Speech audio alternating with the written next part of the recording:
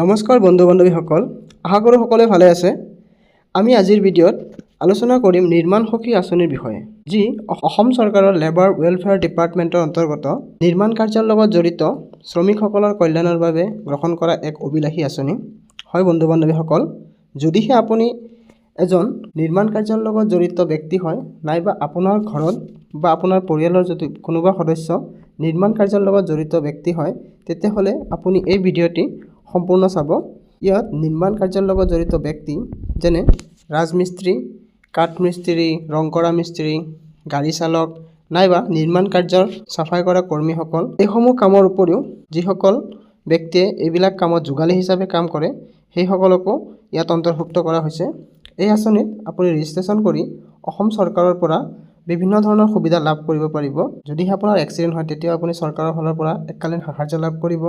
আপোনাৰ মৃত্যু হ'লে ঘৰৰ পৰিয়ালে আপোনাৰ এটা পেঞ্চন লাভ কৰিব। ল'ৰা ছোৱালীৰ শিক্ষা দীক্ষাৰ ক্ষেত্ৰত নাইবা আপুনি যদিহে মহিলা শ্ৰমিক হয়, তেতিয়াহ'লে আপোনাৰ মেটাৰনিটিৰ সময়তো চৰকাৰৰ ফালৰ পৰা আপোনালোকে বিভিন্ন সা সুবিধা লাভ কৰিবলৈ সক্ষম হ'ব। এনেধৰণৰ সুবিধা সৰ্বমুঠ চৰকাৰৰ ফালৰ পৰা 12টা সুবিধা নিৰ্মাণ সখী আঁচনিৰ জৰিয়তে শ্ৰমিকসকলক প্ৰদান কৰা হৈছে। এনেধৰণৰ 12টা সুবিধা আপোনালোকে লাভ কৰিবলৈ সক্ষম হ'ব। সেই সম্বন্ধে আমি আগলৈ আপোনালোকক ক'ম। ভিডিঅ'টি হয়তো দীঘলীয়া হ'ব পাৰে, কিন্তু আপোনালোকে স্কিপ নকৰাকৈ ভিডিঅ'টো এফালৰ পৰা চাই যাব, তেতিয়াহ'লে আপোনাৰ বহুতো গুৰুত্বপূৰ্ণ কথা হয়তো মাজতে মিছ হৈ যাব পাৰে। সেয়েহে ভিডিঅ'টো ভালকৈ চাব। আপোনালোকে সঠিক আৰু স্পষ্ট জ্ঞান দিয়াই আমাৰ লক্ষ্য, সেয়েহে হয়তো ভিডিঅ'টো অলপ দীঘলীয়া হ'ব পাৰে। তো আহক আমি প্ৰথমতে আঁচনিটিৰ অধীনত আমি কি কি সুবিধা পাম সেয়া এবাৰ চাই লওঁ। তো আপোনালোকে ইয়াৰ বাবে প্ৰথমতে আপোনালোকৰ মোবাইলত যিকোনো এটা ব্ৰাউজাৰ অ'পেন কৰি ল'ব। তো মই ইয়াতে ক্ৰ'ম ব্ৰাউজাৰ অ'পেন কৰি লৈছোঁ।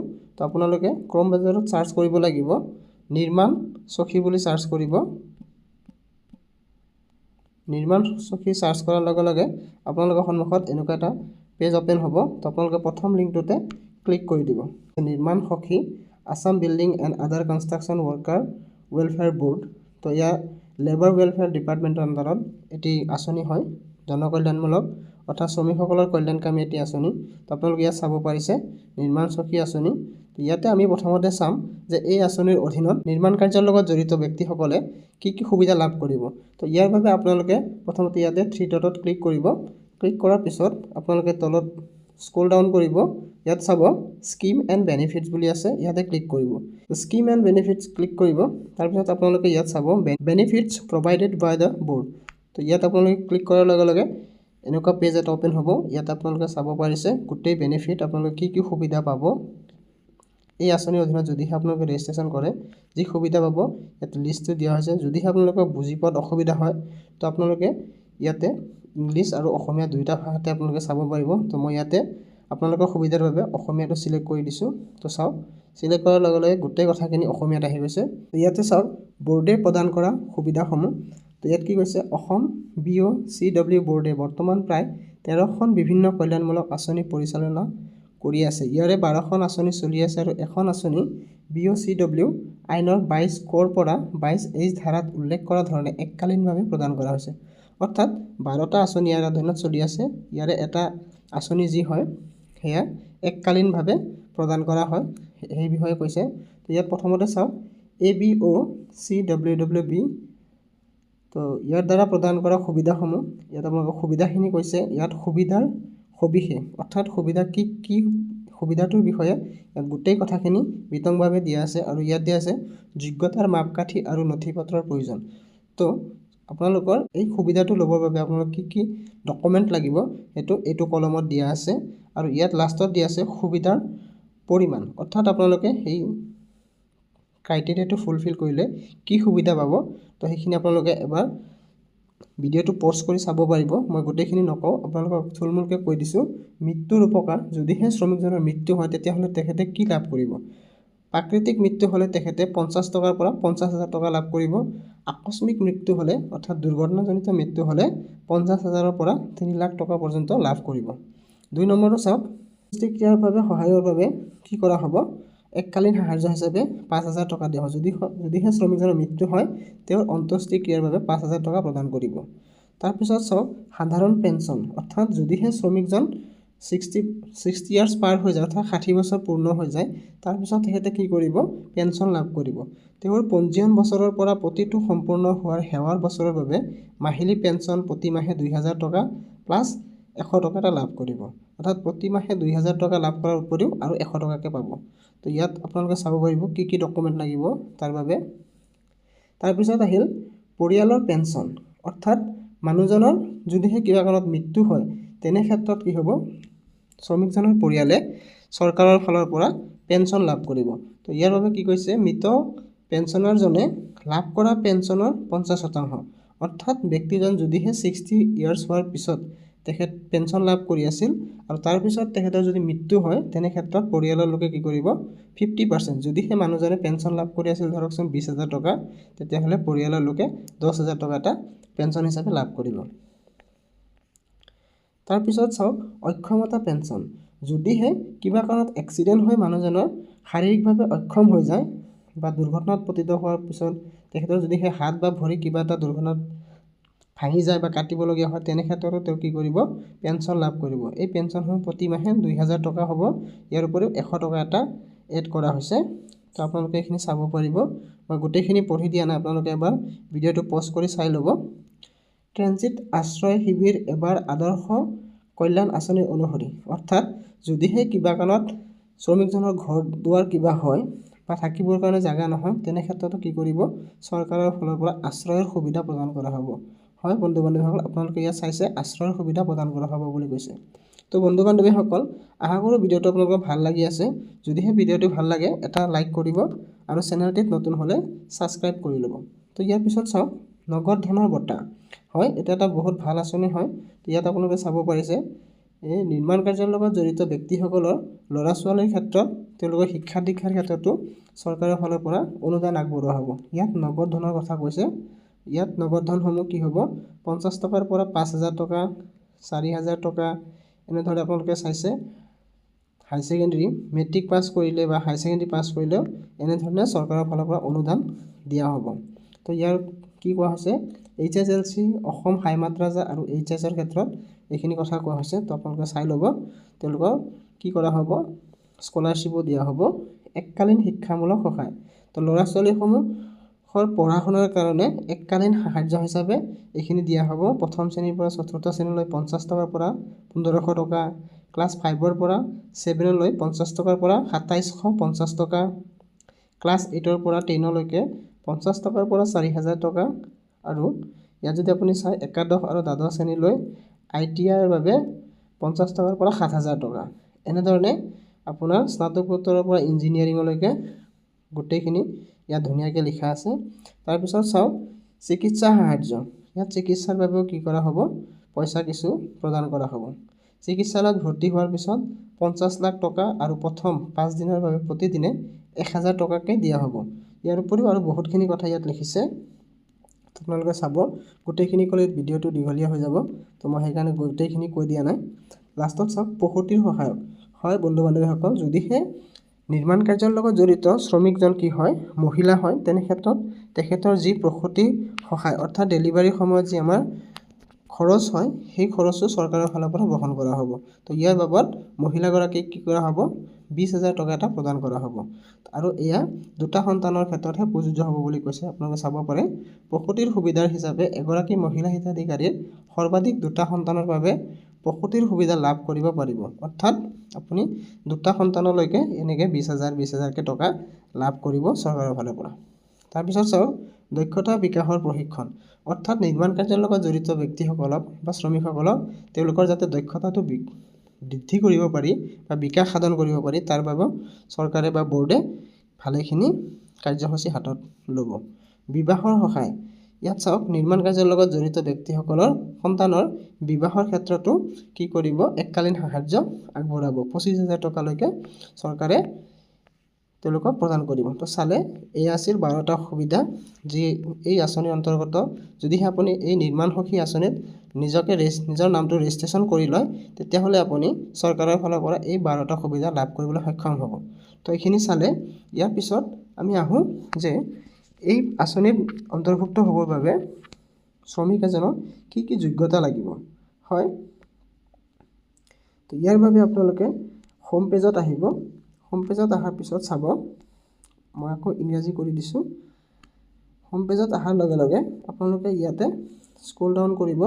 তো ইয়াত আপোনালোকে চাব পাৰিব users guideline for construction worker for new registration, অৰ্থাৎ নতুনকৈ যদিহে আপুনি ৰেজিষ্ট্ৰেশ্যন কৰি আছে তো আপোনাৰ গাইডলাইন কি হয় সেইখিনি ইয়াত ধুনীয়াকৈ দিয়া আছে। তো ইয়াৰ বাবে আপুনি ইয়াত ক্লিক কৰিব। ক্লিক কৰাৰ পিছত ৰিড মোডত ক্লিক কৰিব। তাৰপিছত আপুনি এইখিনি অসমীয়াত এবাৰ চাই ল'ব। তো চাওঁ ইয়াতে কি কৈছে, যোগ্যতাৰ মাপকাঠি বুলি কৈছে। তো যোগ্যতা কি লাগিব, শ্ৰমিকৰ বয়স 18 বছৰৰ পৰা 55 বছৰৰ ভিতৰত হ'ব লাগিব, অৰ্থাৎ আপোনাৰ বয়স 18 পৰা 55লৈকে হ'ব লাগিব। এইখিনি বয়সৰ ভিতৰতহে আপুনি ৰেজিষ্ট্ৰেশ্যন কৰিব পাৰিব। শ্ৰমিকজনৰ পূৰ্বৰ বছৰত অৰ্থাৎ যোৱা 12 মাহত ন্যূনতম 90 দিনৰ বাবে নিৰ্মাণ সম্পৰ্কীয় কৰ্ম অভিজ্ঞতা থাকিব লাগিব। অৰ্থাৎ আপুনি যোৱা এক বছৰত অৰ্থাৎ 12 মাহৰ ভিতৰত মিনিমাম অৰ্থাৎ ন্যূনতম 90 দিন কোনোবা নিৰ্মাণ কাৰ্যৰ লগত জড়িত হৈ থাকিব লাগিব আৰু সেয়া আপুনি প্ৰুফ দিব লাগিব। শ্ৰমিকজনে আন কোনো কল্যাণমূলক পুঁজিৰ সদস্য হ'ব নালাগিব। আপুনি অন্য ধৰণৰ চৰকাৰৰ যি স্কিম সেইবিলাক কল্যাণকামী স্কিমৰ বা পুঁজি চৰকাৰৰ ফালৰ পৰা পোৱাৰ সদস্য আপুনি যাতে নহয় সেয়া আপুনি চাব লাগিব। ABOCWWB নিৰ্মাণ সখী পৰ্টেলৰ অধীনত পঞ্জীয়ন কৰিবলৈ অসমত বৰ্তমান অন্য ৰাজ্যৰ অন্তৰ্গত শ্ৰমিক নিয়োজিত হ'ব লাগিব। ইয়াত আচলতে কি কৈছে, যদিহে আপুনি অন্য ৰাজ্যৰ পৰা আহি অসমত কাম কৰি আছে তেনে ক্ষেত্ৰত আপুনি কি কৰিব লাগিব, ইয়াত যে আপুনি কাম কৰি আছে ইয়াৰ এড্ৰেছটো আৰু আপুনি ভালদৰে আপোনাৰ যি প্ৰেজেণ্ট এড্ৰেছ আৰু কাম কৰা ঠাইখিনিৰ বিষয়ে আপুনি ভালদৰে জনাব লাগিব। অৰ্থাৎ সেয়া আপুনি প্ৰুফ দিব লাগিব। বাধ্যতামূলক প্ৰয়োজনীয়তা, আবেদনকাৰীৰ প্ৰমাণীকৰণৰ বাবে আধাৰ নম্বৰ, আধাৰ কাৰ্ড আৰু আধাৰ কাৰ্ডৰ সৈতে সংযুক্ত মোবাইল নম্বৰ থাকিব লাগিব। OTP ভিত্তিক আধাৰ পৰীক্ষণৰ বাবে আধাৰ লিংক মোবাইল নম্বৰ গুৰুত্বপূৰ্ণ। এইখিনি হ'ল বাধ্যতামূলক প্ৰয়োজনীয়তা হ'ব বুলি কৈছে। তো এয়া আপোনালোকৰ মেণ্ডেটৰী হয়। আপোনালোকৰ আধাৰ কাৰ্ড থাকিব লাগিব আৰু আধাৰৰ লগত মোবাইল নম্বৰ লিংক থাকিব লাগিব আৰু যাতে আপোনালোকে OTP দি ভেৰিফাই কৰিব পাৰে তেনেকুৱা হ'ব লাগিব। আবেদনকাৰী ই শ্ৰমত অন্তৰ্ভুক্ত হ'ব লাগিব আৰু ইউনিক একাউণ্ট নম্বৰ থাকিব লাগিব। আৰু আপুনি আগতে ই শ্ৰম যোনটো আমাৰ ই শ্ৰম পৰ্টেল তাতে আপোনালোকে ই শ্ৰমত অন্তৰ্ভুক্ত হ'ব লাগিব আৰু ই শ্ৰমৰ যি কাৰ্ড বা আপোনালোকৰ যি ইউনিক একাউণ্ট নাম্বাৰ এটা দিয়া আছে সেই নাম্বাৰ থকা হ'ব লাগিব আৰু সেই নাম্বাৰটো আপোনালোকে ৰেজিষ্ট্ৰেশ্যনৰ সময়ত গুৰুত্বপূৰ্ণ হ'ব বা দৰকাৰ হ'ব। পঞ্জীয়নৰ সময়ত শ্ৰমিকে প্ৰদান কৰিবলগীয়া তথ্য, আপোনালোকে কি তথ্য প্ৰদান কৰিব লাগিব, বাধ্যতামূলক তথ্য, পৰিয়ালৰ সদস্যৰ বিৱৰণ, প্ৰতিজন সদস্যৰ নাম, ডেট অফ বাৰ্থ আৰু বৃত্তি বা পেচা। আপোনাৰ পৰিয়ালৰ কিমানজন সদস্য আছে প্ৰতিজনৰ নাম থাকিব লাগিব, ডেট অফ বাৰ্থ দিব লাগিব আৰু প্ৰত্যেকজনে কি কাম কৰে সেয়া আপুনি দিব লাগিব। মনোনীত ব্যক্তিৰ বিৱৰণ, নাম, জন্ম তাৰিখ আৰু বৃত্তি আৰু পেচা। অৰ্থাৎ আপুনি যে নমিনী এজন দিব সেই নমিনীজনৰ নাম কি হ'ব, তেখেতৰ বৃত্তি কি হয়, জন্ম তাৰিখ কি হয় এইখিনি আপুনি দিব লাগিব। তাৰপিছত বেংক একাউণ্ট সবিশেষ, আধাৰ লিংক কৰা হ'লে ভাল। আপোনাৰ কি কৰিব লাগিব, বেংক একাউণ্ট এখন দিব লাগিব, আধাৰ লিংক থকা বেংক একাউণ্ট দিব লাগিব। তাৰপিছত বৰ্তমান আৱাসিক ঠিকনা, যদি বৰ্তমান ঠিকনা স্থায়ী ঠিকনাৰ পৰা পৃথক হয়, আপোনাৰ যদিহে পাৰ্মানেণ্ট এড্ৰেছ আৰু প্ৰেজেণ্ট এড্ৰেছ যদি হয় বেলেগ বেলেগ হয় তেতিয়াহ'লে আপুনি কি কৰিব, বৰ্তমান আৰু আৱাসিক ঠিকনা দিব লাগিব। দুয়োটাই আপুনি ঠিকনা ইয়াত শ্ব' কৰিব লাগিব। তাৰপিছত কি হৈছে বৈকল্পিক তথ্য, এইখিনি আপুনি দিলেও হ'ব নিদিলেও একো নাই। অন্য ৰাজ্যিক BOC ID কাৰ্ড, পৰিয়াল সদস্যৰ BOCW ID কাৰ্ড, পৰিয়ালৰ কোনো সদস্য ইতিমধ্যে কোনোবাই ৰেজিষ্ট্ৰেশ্যন কৰিছে তেনেকুৱা কাৰ্ডৰ number, ration card, pan card, অন্যান্য আঁচনিৰ নথিপত্ৰ, এইবিলাক আপোনালোকৰ বৈকল্পিক হয়, মেণ্ডেটৰী নহয়। গতিকে আপুনি এইখিনি দিবও পাৰে নিদিবও পাৰে। আবেদন দাখিল আৰু পঞ্জীয়ন মাচুল, হয় বন্ধুসকল এইখিনি আপুনি চাব গুৰুত্বপূৰ্ণ কথা। আবেদনকাৰীয়ে এককালীন পঞ্জীয়ন মাচুল 50 টকা দিব লাগিব। আবেদন জমা দিয়াৰ সময়ত উপলব্ধ অনলাইন পে'মেণ্ট সুবিধাৰ জৰিয়তে 25 টকা দিব লাগিব। SMS-ৰ জৰিয়তে আবেদনকাৰীলৈ পে'মেণ্ট নিশ্চিতকৰণ প্ৰেৰণ কৰা হ'ব আৰু অনলাইন আবেদন সফলতাৰে জমা দিয়াৰ পিছত স্বীকৃতি স্লিপত নিৰ্মাণ সখী পৰ্টেলৰ পৰা সৃষ্টি হ'বলগীয়া পে'মেণ্টৰ সবিশেষ উল্লেখ কৰা হ'ব। অৰ্থাৎ আপুনি ৰেজিষ্ট্ৰেশ্যন কৰিলে 25 টকা এটা মাচুল আপুনি তাত জমা দিব লাগিব আৰু সেয়া আপুনি SMS-ৰ জৰিয়তে কনফাৰ্মেশ্যনটো পাই যাব। সদস্যপদৰ সময়সীমা পঞ্জীয়নৰ তাৰিখৰ পৰা 2 বছৰৰ বাবে বৈধ হ'ব। আপুনি যেতিয়া ৰেজিষ্ট্ৰেশ্যন কৰিব তাৰ পিছৰ পৰা 2 বছৰলৈ এইটো বৈধ হৈ থাকিব।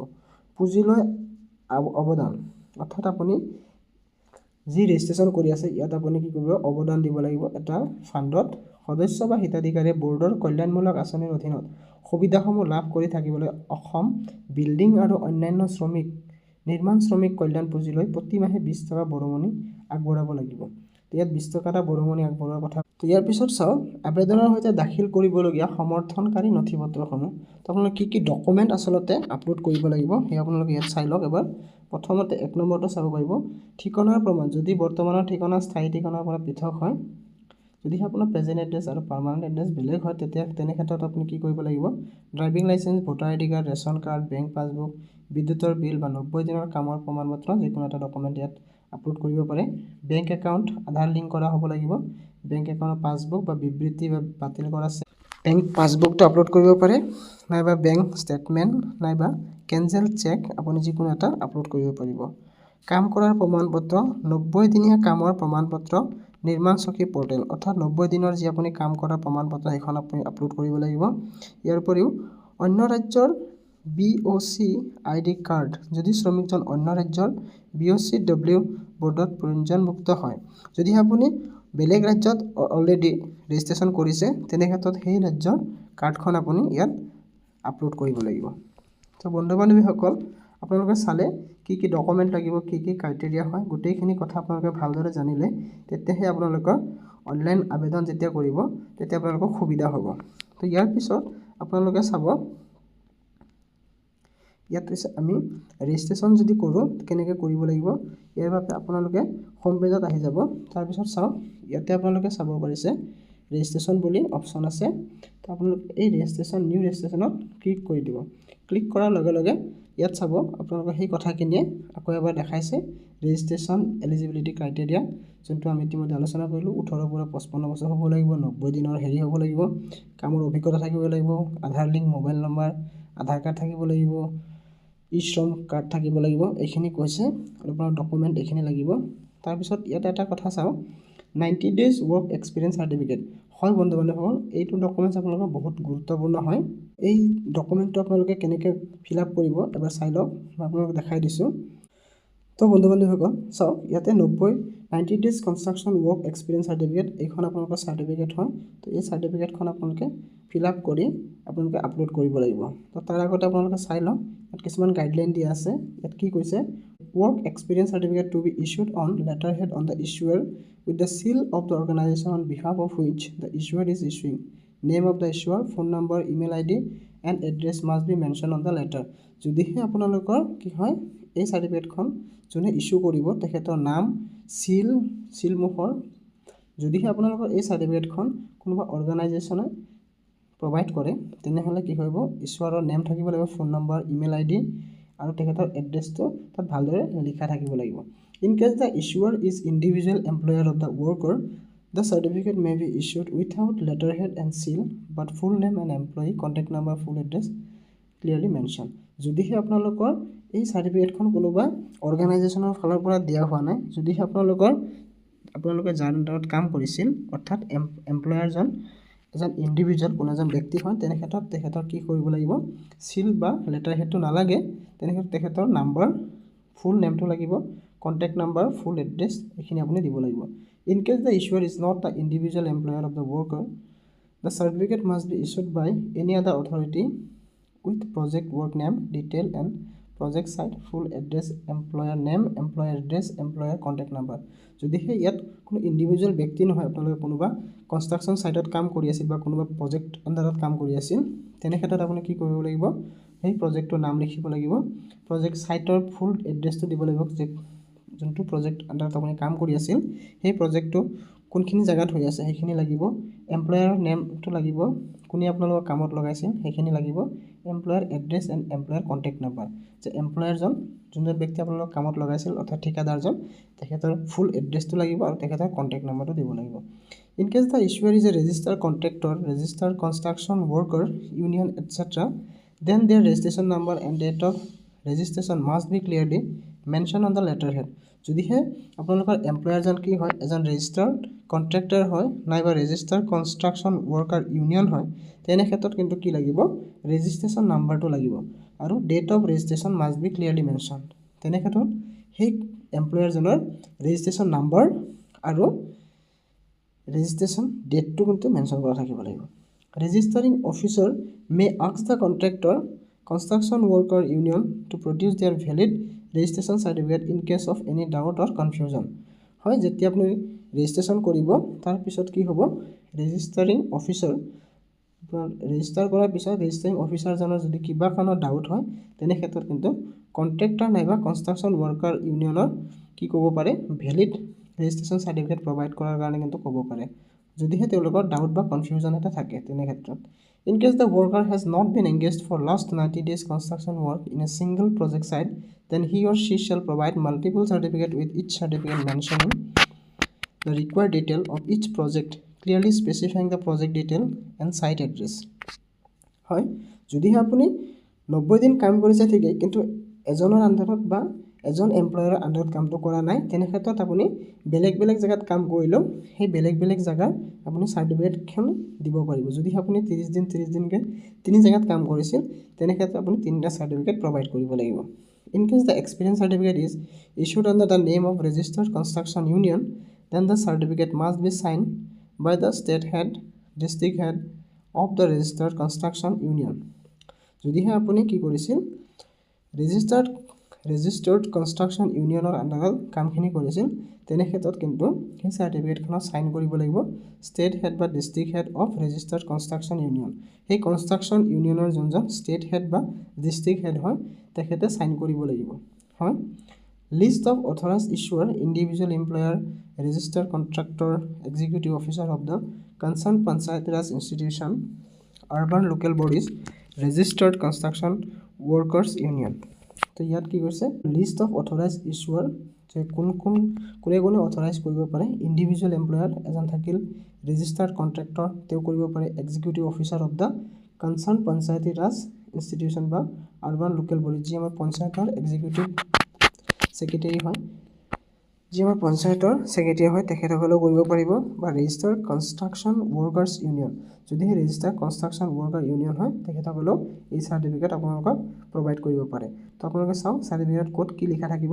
তো ইয়াতে যদিহে কোনোবা ৰেজিষ্টাৰ থাকে তেতিয়াহ'লে তেওঁলোকে এখন ইছ্যু নাম্বাৰ দি দিব ইয়াতে আপোনাৰ নামটো হ'ব ইয়াতে আপোনাৰ দেউতাৰ নাম হ'ব ইয়াতে আপোনাৰ ডেট অফ বাৰ্থটো থাকিব কাৰেণ্টলি ৰিচাইডিং এট আপুনি বৰ্তমান য'ত বাস কৰে সেই এড্ৰেছটো দিব ইয়াতে আপোনাৰ ভিলেজ বা টাউন হ'লে এইখিনিত দিব পোষ্ট অফিচটো দিব ইয়াত পুলিচ ষ্টেচনটো দিব ডিষ্ট্ৰিক্ট ইয়াত আপোনাৰ পিন কোড নাম্বাৰটো দিব তাৰপিছত কি দিছে has been working as a আপোনাৰ ইয়াত প্ৰফেশ্যনটো দিব যদি আপুনি ৰাজমিস্ত্ৰী হয় ৰাজমিস্ত্ৰী যদিহে আপুনি কাঠমিস্ত্ৰী হয় কাঠমিস্ত্ৰী বা টিঙৰ মিস্ত্ৰী হ'লে টিঙৰ মিস্ত্ৰী বা গাড়ী চলালে গাড়ী কি যি কাম কৰে আপুনি সেইখিনি আপোনাৰ প্ৰফেশ্যনটো ইয়াত লিখিব তাৰপিছত চাওক ইয়াত আপুনি চাব ফ্ৰম ডেট আপুনি কোন তাৰিখৰ পৰা কাম কৰিছিল ইয়াত ডেটটো দিব টু ডেট কোন তাৰিখলৈকে কৰিছিল অৰ্থাৎ যদিহে আপুনি 1 জানুৱাৰীৰ পৰা কৰিছিলে 1 জুনলৈ তেতিয়াহ'লে ইয়াত জানুৱাৰীৰ পৰা ইয়াত জুনলৈ আপুনি দি দিব তাৰপিছত একচুৱেল ডেইজ ৱৰ্ক তাৰপিছত আপুনি এই তাৰিখ দুটাৰ ভিতৰত আপুনি যে কাম কৰিছে একচুৱেলি আপুনি কিমান দিন কাম কৰিছে সেইখিনি ইয়াত দিব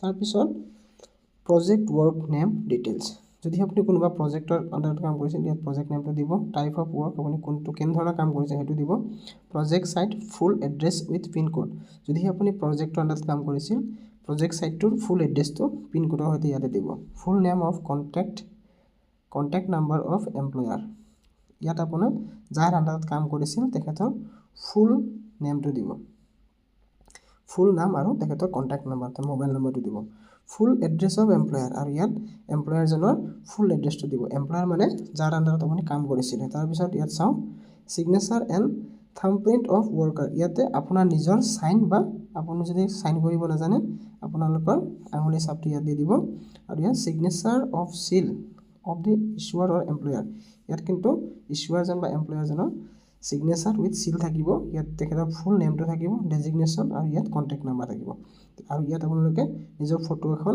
আঠা লগাই দিব আৰু ইয়াত ডেটটো দি দিব তাৰপিছত চাব এইখন আপোনালোকৰ চাৰ্টিফিকেট হৈ গ'ল এইখন চাৰ্টিফিকেট আপোনালোকে ৰেজিষ্ট্ৰেশ্যন কৰাৰ সময়ত এইখন আপোনালোকে আপলোড দিব লাগিব তো বন্ধু বান্ধৱীসকল আজি ভিডিঅ'টো বহুত দীঘলীয়া হৈ গ'ল যদিও দীঘলীয়া হৈছে আশা কৰোঁ ভিডিঅ'টোৰ পৰা আপোনালোকে বহুতখিনি কথা নজনা কথা জানিব পাৰিছে আৰু আপোনালোকৰ যি এই 90 ডেজ কনষ্ট্ৰাকশ্যন ৱৰ্ক এক্সপিৰিয়েঞ্চৰ চাৰ্টিফিকেটৰ কাৰণে কিছুমান কনফিউজন আছিল হয়তো সেয়া দূৰ হৈছে ইয়াৰ উপৰিও যদিহে আপোনালোকৰ কিবা বুজি পোৱাত অসুবিধা হয় আপোনালোকে কমেণ্ট কৰি জনাব আৰু চেনেলটোত যদি নতুন হয় এবাৰ ছাবস্ক্ৰাইব কৰিব আৰু লগৰ বন্ধু-বান্ধৱীৰ লগত শ্বেয়াৰ কৰি দিব। তো ইয়াৰ পিছত আমি আন এটা ভিডিঅ'ত গোটেই প্ৰচেছটো আপোনালোকক দেখুৱাম কেনেকৈ ৰেজিষ্ট্ৰেশ্যন নিজৰ মোবাইলতে আপুনি ঘৰত বহিয়ে কৰি ল'ব পাৰিব।